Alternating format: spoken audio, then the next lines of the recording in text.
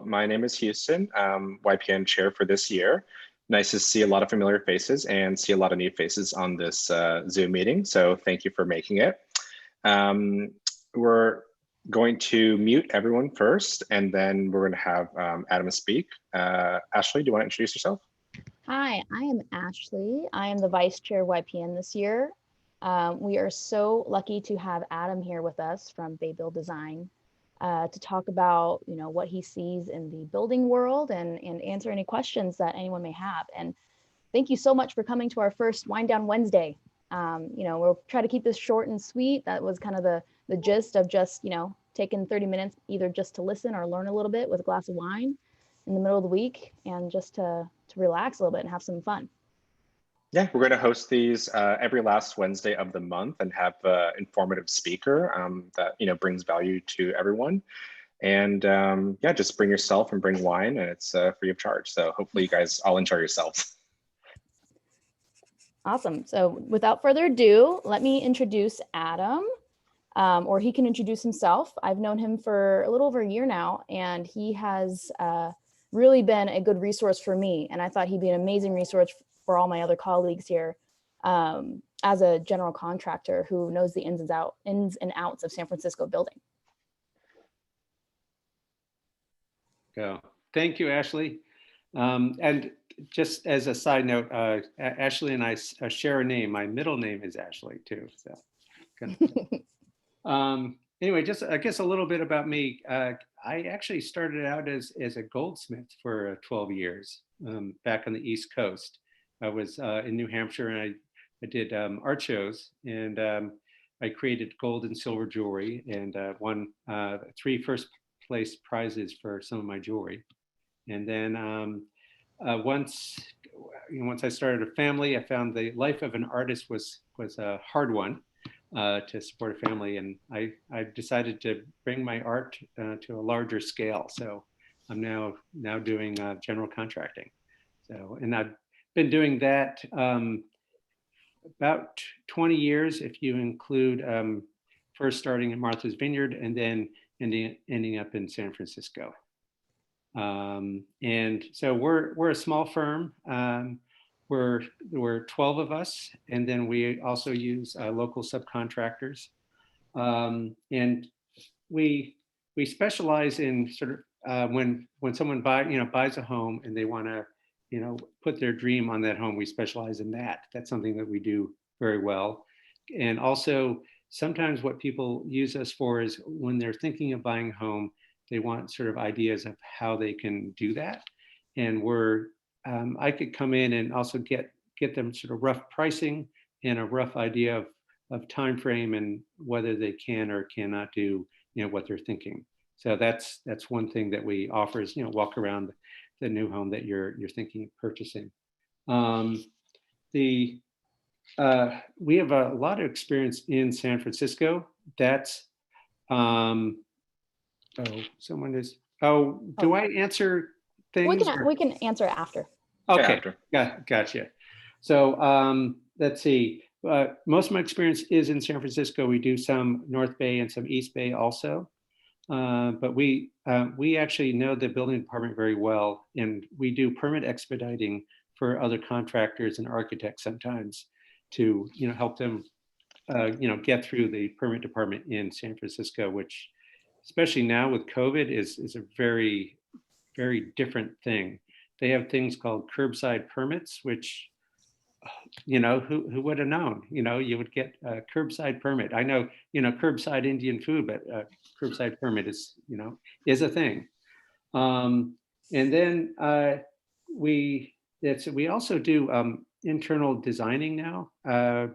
We have interior designers we work with on the outside, but we have our own interior designer who can do like on an ad hoc level, get you going on whatever remodels that we're doing. So.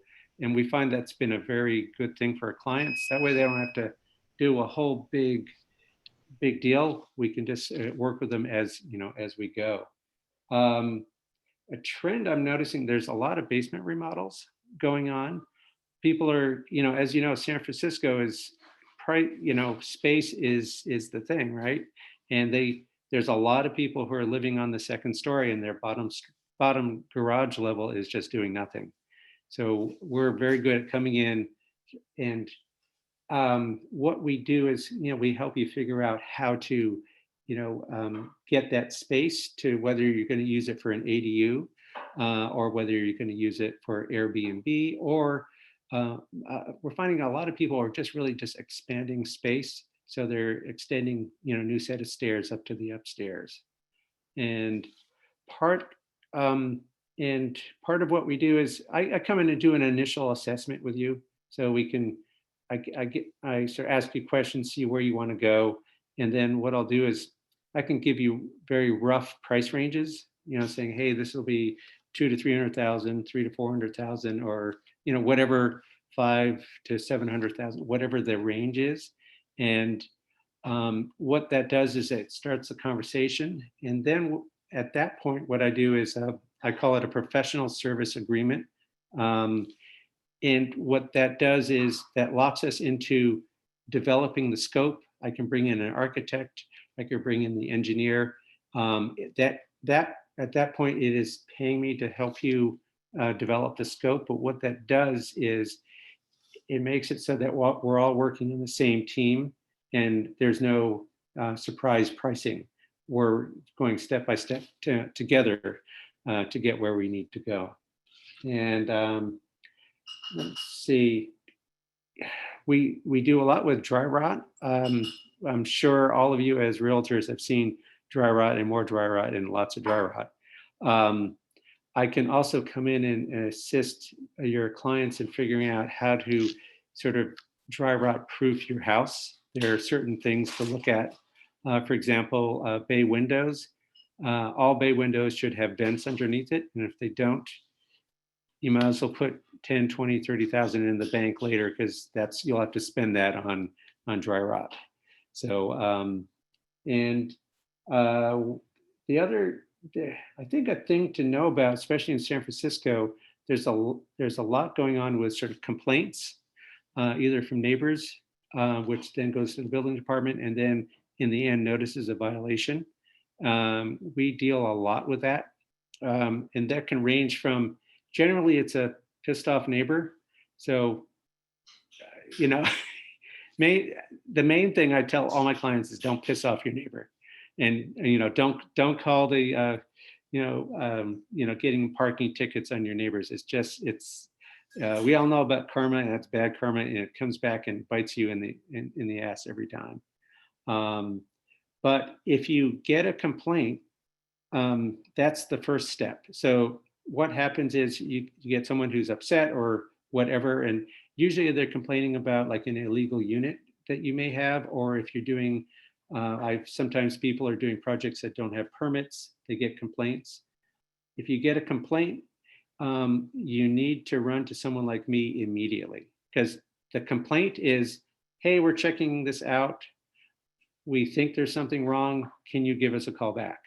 You want to run like hell to the building department and say, I hear you, let's figure this out. And you want someone like me to intervene for you, because at the complaint level, they're not pissed off yet. They're just trying to figure out what's going on, and they'll work with you. If you put your head in the sand, which I see so many people do, it turns into a notice of violation, and then you start getting a ticking time bomb. Things start moving, and it'll seem slow at first, but they're kind of like the IRS that get you in the end. And so you want to nip it in the bud, get it at the complaint level. And again, call me immediately. I'll look over the complaint. I can call the building department, see what's going on, and then we can go from there. But if it gets a notice of violation still, the building department, for the most part, wants to work with you. And don't get scared. They want to help out, and it's better to talk it through and figure it out. Generally, it's better to have someone like me with you, because I can understand sort of where they're going. And sometimes I actually know who the building inspector is, which is also very helpful. And let's see. And as far as like what we do remodels and additions in San Francisco. we do a lot with structural. We're very comfortable with structural. Not all contractors can do that, but that's something that we do very, very well. We bring in architects and engineers if you don't have them. And if you do, we're happy to work with them.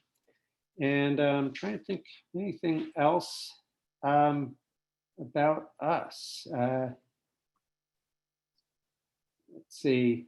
Oh, and I definitely want to highlight now that we have a designer in-house. It's very helpful if you're doing a small project, kitchen, bath remodel, or even full house remodel. We can help you pick out the fixtures, and also it's good to use us because we know what's going to be compliant and what isn't in San Francisco. San Francisco especially, it's just crazy. If you get a faucet off of build.com and it's not compliant, then we have to get something another faucet somewhere else. So it's San Francisco, as you know, is very rule oriented, and if you understand the rules, then you can work with them. And if you disregard them and don't understand them, they do bite you in the butt in the end. Not always, but they do. So I think maybe questions and answers may be good. Sure. Point, yeah. I actually have one just relating to your notice of violations from Damon. Is that he asked, do they really want to work with us, or do the DBI really just want our permit fees? They do. Well, yeah. I mean, Damon, I can see where you're coming from. Okay, here's the thing: is if let's say there's an irregularity, like you've done a building project that without a permit, you can actually self-report, and there are no penalties at all. So you'll have to pay the building permits to deal with what you did as if it were a new project, but there are no penalties. So they really like to open it up so people aren't afraid to go there. And yes, they like their permit fees, absolutely. So of course they do. Everyone wants that little money. Yeah. We do have a few questions. Do you charge for a consult when you're called? The first consult, I don't. It's like a first date. First date is always free, and then after that, what I normally do in the first consult is I'll tell you a range. I'll say roughly, I think this is where this project is going. Is this a good fit? And if it is, then I do the professional service agreement. And again. Yeah, go ahead. I would say, and what do you usually like to see for like a consult? I know you and I usually do some sort of pictures and email. What is best for your type of consult, your first consults? Well, in the COVID days, now it's mostly virtual, and pictures are great. Pictures and movies. Ashley actually did a very good movie of a flat, and I was able to sort of go through it and comment on everything I saw, and I think it was helpful for Ashley, but you could speak to that.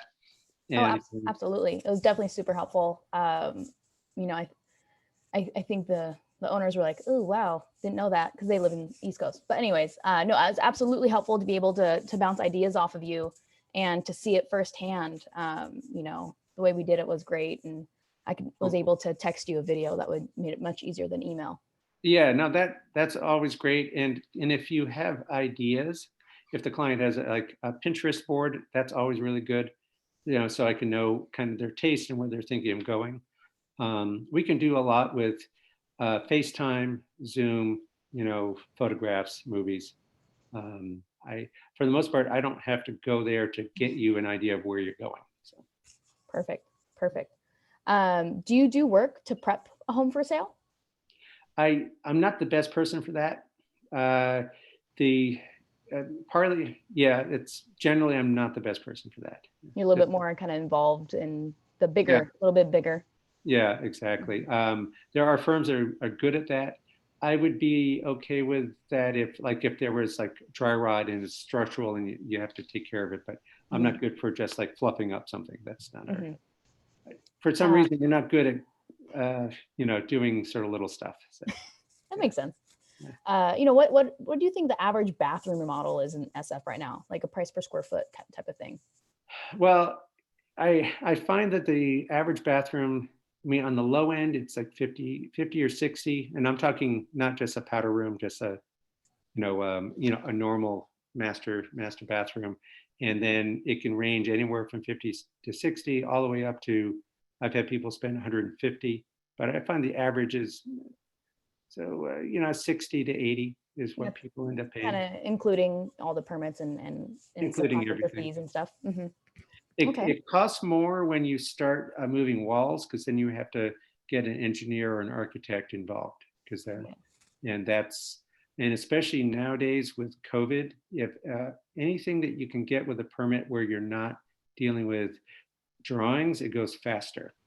Those are curbside permits. So if you want to do a bathroom remodel, kitchen remodel in kind, I can get that permit within a day or two. Wow. If you want to move a wall, then it just adds a bunch of time. Okay.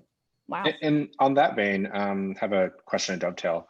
Can you talk a little bit more about the importance of permit expediting? Because I have a lot of clients who I tell them, hey, you should probably hire a permit expediter for this. And they have no idea what I'm talking about, because they're maybe from the East Coast, they don't know what it is, they don't have that service. I tell them, hey, in San Francisco, if you want to get something done quicker, you have to have the knowledge and hire someone with that knowledge. That's a good question, because when I first came out here, I heard about permit expediters. I thought, well, that's a big hoax. What's going on with that? There are a bunch of Benjamins floating around, or what's going on? And what it is if you don't do it in the precise way that San Francisco does it, it'll just take forever. For example, in my career, I hired an architect who didn't know San Francisco. I brought in the plans. The San Francisco plan checker looked at me and said, "Get yourself a real fucking architect." And the thing is, they had done good work for me in Sausalito, but they didn't understand what San Francisco needed. So it's a very unique city, and if you know it, it's easier. You know where to go, who to talk to, who to ask. And also, if you start knowing the players, they tend to work with you a little better, which is always good. They tend to cut you a little more slack. So, and I haven't given out any $100 bills to anyone. So just Probably best to keep it that way. Yeah. No, you can't even like give the inspector a bottle of wine at the end of the year. They're very, very strict about that. Yeah. You just have to charm them with yourself, huh? Exactly. Well, with your sense of humor. Yeah. What happens is the inspectors, they know my work, they've seen it over and over again, and so it just makes it much easier to work with them. Awesome. I have another question. What is the range of size of projects in dollar wise? So we've gotten bathrooms, kitchens, maybe downstairs areas, things like that maybe you've seen. Yeah. So ranges that we do, you mean? Sure. Yeah. Yeah. Okay. So our ranges, I mean, dry rot tends to be a little less. Sometimes, $10,000, $20,000 for dry rot, and we're happy to do that because I want to protect people's homes, because dry rot it's like cancer. You got to get it now and get rid of it. Mm-hmm. But I would say our average project, so on the low end, it's $50,000 to $200,000. And then, we do full sort of $1 million projects and more also. Sure. Like average basement remodel can be between 300 and 700,000, depending on what they're doing. Sure. And a lot of it depends on whether there's foundation work. One thing to look for is if you've got good basement height, you're less likely to have to do foundation work. If you don't have the height, almost assuredly you'll need foundation work. So, and the height would be 7'6". 7'6". Okay. From finish to finish. So interesting. And what would the cost be if you're going outside the envelope? So if you're extending the house to the back or going up another floor? Those, then you're getting kind of into cost per square foot. And I would say it's hard to say an average because finishes really change things. And also if it tends to be bathroom and kitchen centric, it gets more expensive. Mhm. But I would say between 600 and 900 a square foot if you're expanding, the envelope. Yeah. That's a good number to keep in mind. Absolutely. And I tell that to people who, for their insurance, I get that question all the time: is what should I insure my house for if it burns down? And because no one has insurance to the amount that they should. No, of course not. They don't want to pay that. Yeah, no, They don't want to think about that. And some people don't want to pay it, which it's I totally get. So. Yeah, absolutely. I'm just curious. What do you see? Not bathroom, kitchen remodels right now. Say on the low end. Oh, on the low end, if you're very conservative, you can get into sort of the $90,000 range. But I find between 90 and 170 is an average kitchen remodel, and that includes all the appliances and that type of thing. Okay. Where people get caught up are in cabinets. You can easily spend 40,000 in cabinets. It's just It's crazy. Even you say it's crazy.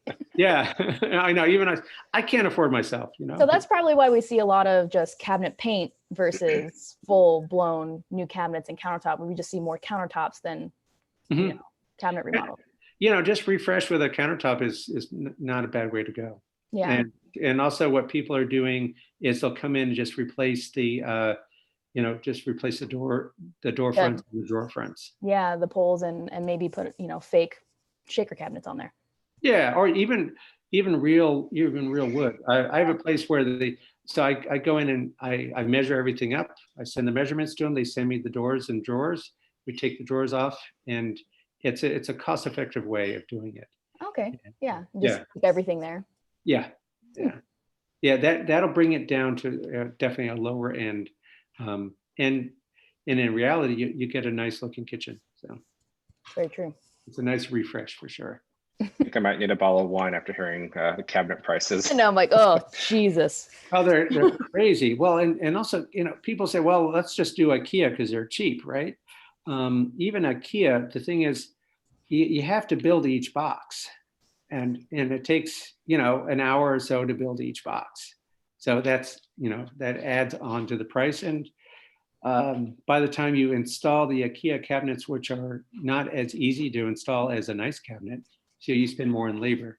So IKEA is not always the best way to go. It can be if you have a simple kitchen, but complex kitchens, you're almost better off getting handmade or semi-handmade, semi-custom. What's the turnaround time on something like just refinishing the doors and drawers? Usually that's a couple months, partly just because of the order times, and now the order times are who knows.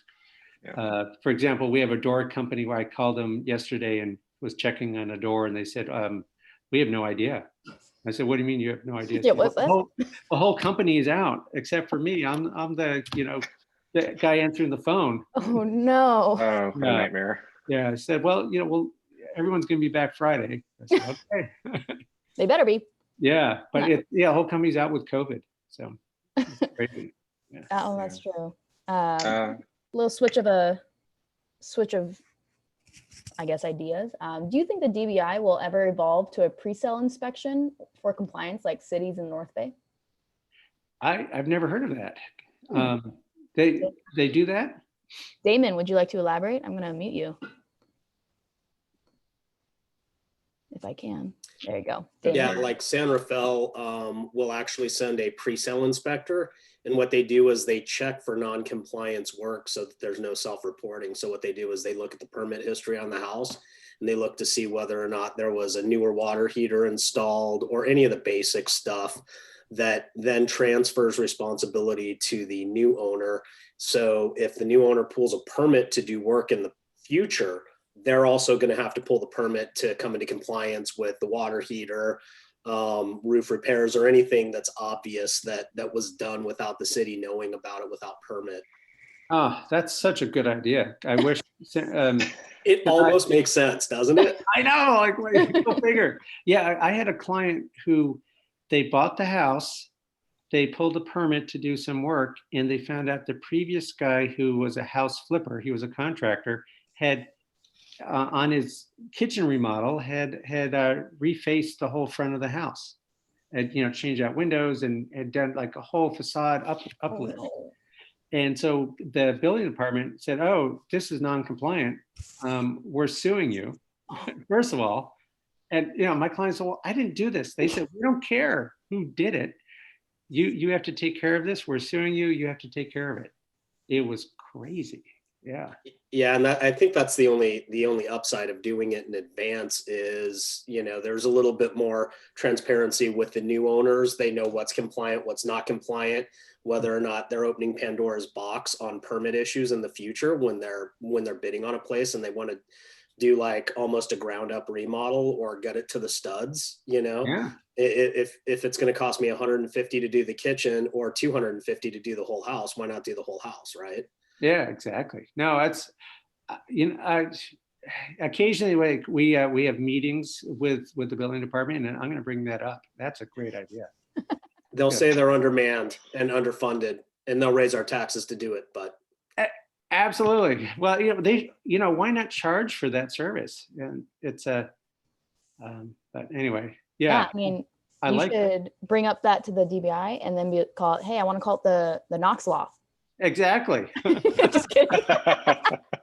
Because getting stuff out of them isn't restrictive enough. I know. Enough right now. I don't need to be vilified in this process. Oh yeah. I mean, That'd be so funny. yeah, permits that would take like 2-3 days in the past now take 3-4 months. Very true. Is that something that you've seen? What is the biggest thing that you've seen change during COVID for pulling permits, building wise, things like that? You can't talk to anyone. So they have gatekeepers. So when you call in, it's just there's no one to talk to. When you go to the building department, there are people up front who are literally gatekeepers, and there's just no one to talk to. And you can I've sent to some plan checkers like 10 emails, and eventually they get back to me. I think there aren't enough of them to do what they're doing. And also they're still learning how to do the online thing, which places like San Rafael, I got a permit during COVID within a week with plans. I was amazed. So they really understand how to do the online.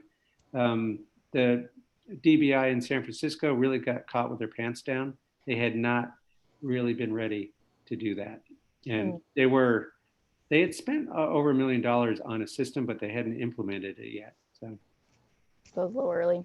Yeah. So they were already understaffed and underfunded before COVID, and now COVID really hit them even worse. Do you see this continuing after COVID? I mean, what's the solution?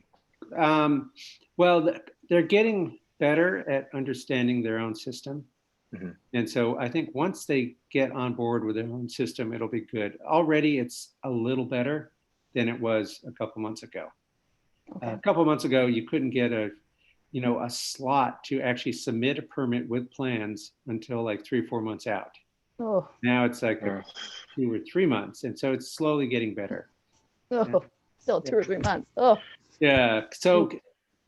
And what I've been able to do on occasion, so I had one client who had a deck that was falling off the side of their house, and they were about to have a renter in. It was going to be dangerous. So I got an engineer to come out, look at it with me, do a set of drawings. And normally that would have been something that, we'd have to submit drawings, it'd take forever and all that.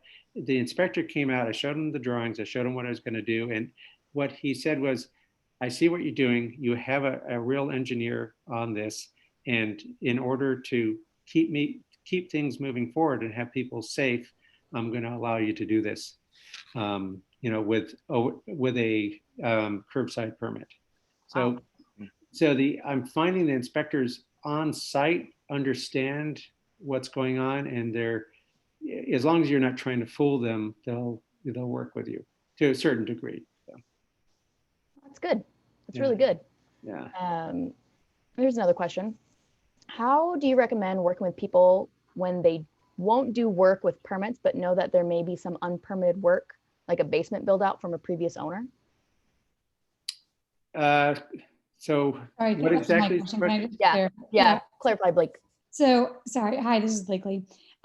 We obviously, to Damon's point, there's properties all the time that are sold with a building, a basement build out or something that hasn't been done with permits. We know that going in, fine. But maybe they want to redo the upper level kitchen and they're like, we want to do it by the books. We want to do it with permits, but now they're worried about potentially getting caught for some of the unpermitted work that, was before them. How do you typically navigate around those types of circumstances? It's tricky. I know, that's why I asked the question. It's very tricky. My experience of the building inspectors is they're not out to get you, but they can. So like there's no guarantee. So if you could sort of focus their attention to upstairs to where the kitchen is, they may not go downstairs and see what's downstairs. You never want to lie to a building inspector, but you don't have to show them every dead body in the house either. So I get that's the simplest way of saying it. And they should understand that there is at least some chance that the building inspector will see it and they'll have to take care of it. Ooh, tough. I have another question here. Have a client who hired a permit expediter who failed them. Can you help fix the problem? Who failed them? Yeah. Yeah. Oh, it's without knowing how they failed them. It's hard to say. I'm happy to talk to them and see what was happening, but yeah. Crystal, do you want to get off mute to kind of say a little bit more? There you go. Yeah. I'm happy to say it here quickly, but if you would also just share your email address if possible. We'll do that. Yeah. We'll email you. But the permit expediter my client hired was actually back in 2018. And she basically was telling the client one thing with the client trust having paid her a couple tens of thousands of dollars, thinking, okay, if she's telling me this, she's doing what she says she's doing. In reality, she had been doing something else with the planning department and DBI. She had been stringing DBI and basically just stringing every department along saying, we'll submit something because they know her.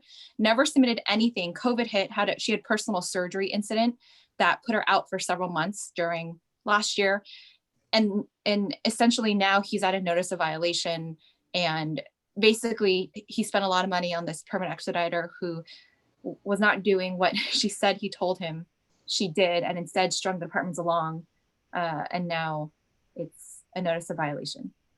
Oh, what is the permit expediter saying at this point? Is the permit expediter is the one who's in the hospital, or?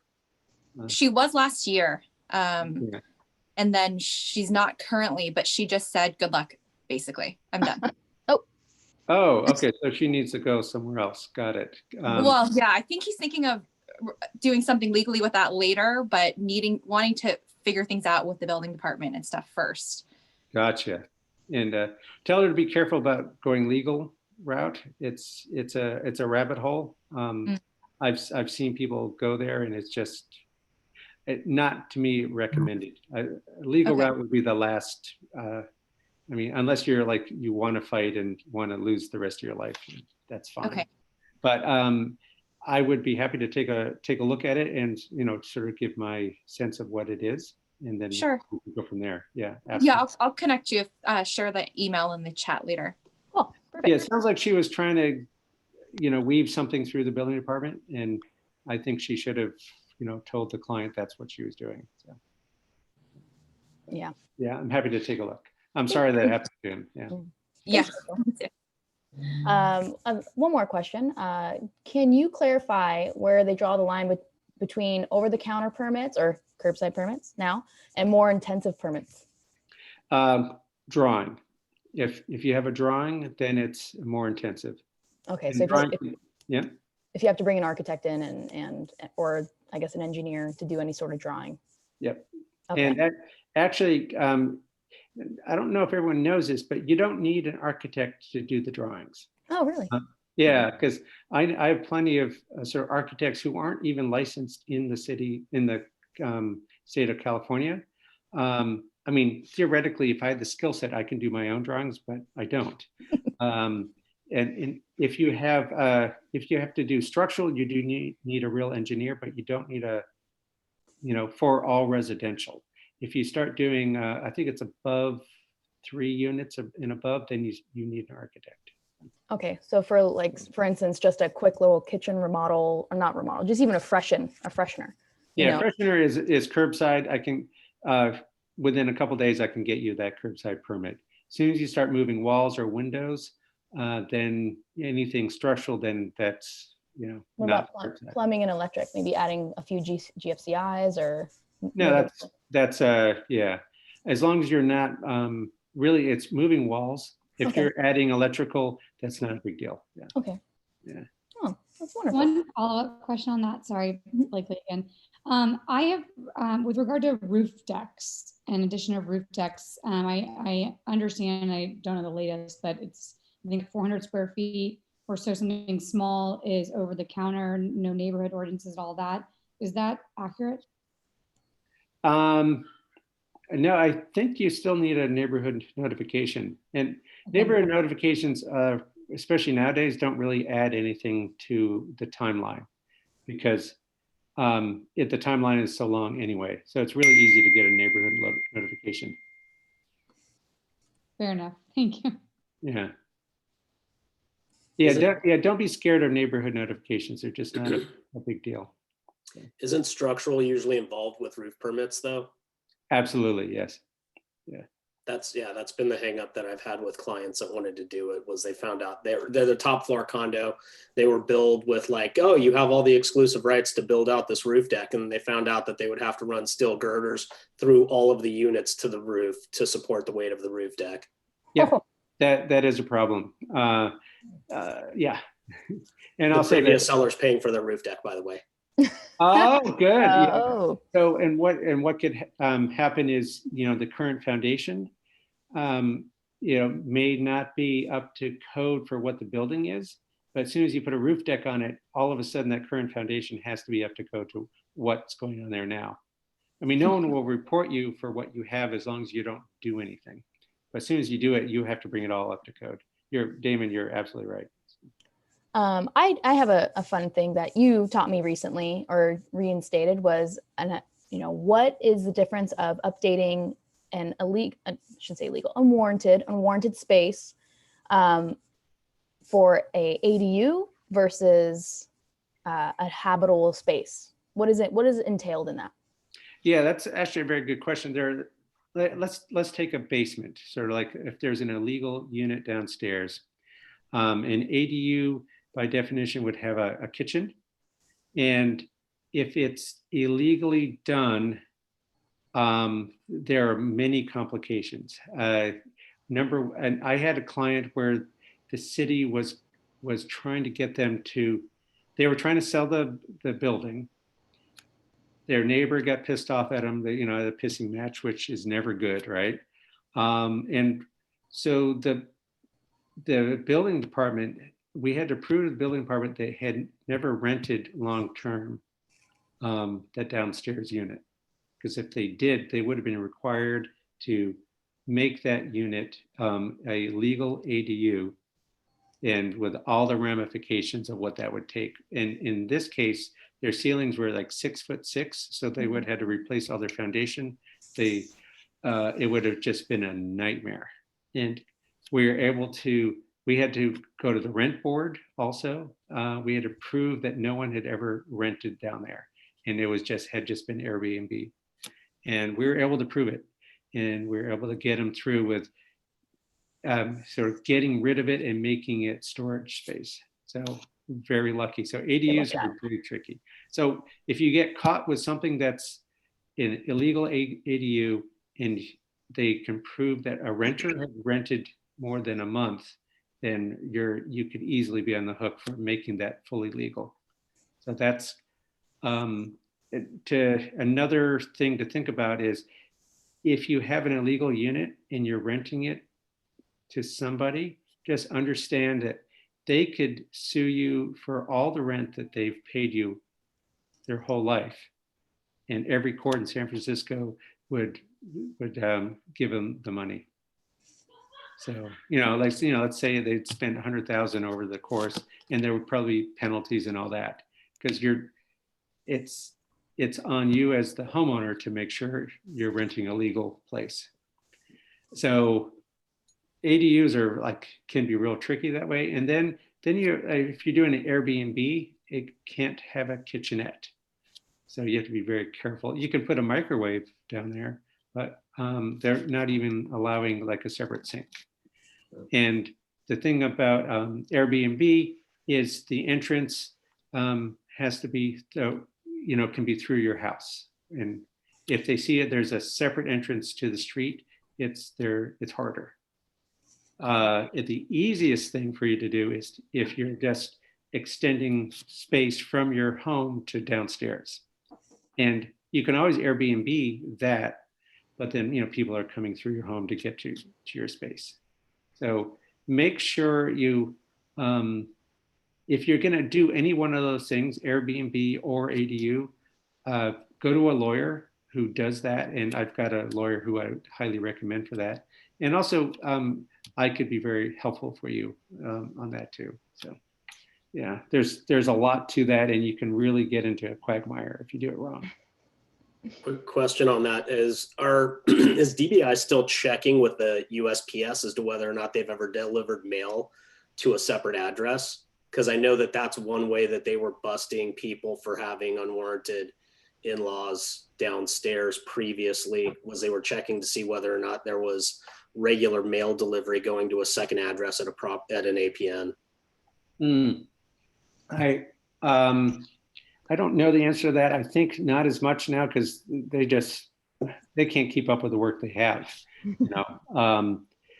That doesn't mean that won't happen in the future. I have seen that they've gone onto Airbnb websites and they peruse those and make sure that those are all legal. They go into realtor websites, and actually for this one client, that's what they did. They saw that they were selling a place, and it had a little bathroom and kitchenette downstairs, and they looked at that and called them up and said that's illegal. So they are checking those websites. Wow, good thing to kind of keep your eyes on. Yeah. One last question: do you do TIC conversion inspections? Yes, absolutely. Yeah. Good to know. Put your name in that back pocket. Yeah. So the thing about that is, I could come through and I'll sort of outline what I see, and what the building department sees may be slightly different, but I'll catch a lot of it. But everyone sees things that are different. So I can warn you and say, hey, these are the things that are going to come up. For example, if you have an electrical panel that's not up to code, I can look at that and go, you're going to have to upgrade this. You got issues with this rear deck, whatever that is.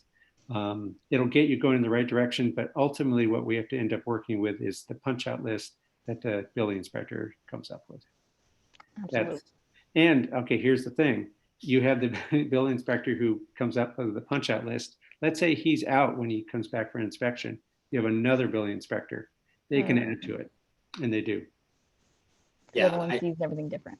I had somebody reopen walls that were already signed off by a previous inspector. They literally opened our kitchen and bathroom walls after we closed everything at my personal residence. And then we had to go back because we were doing all the work on the flip, and we had to go back and do everything again. Yeah, no, it's crazy. Again, if you get there, give me a call. And my style with the building department is I work with them as a team, and I find I can get good results that way. So I try not to be adversarial. On rare occasion, I'll go above someone's head if I see that they're just being unreasonable. But I save that for the nuclear option, which I don't like to use. Yeah. No. All right. If anyone else doesn't have any questions, last call. My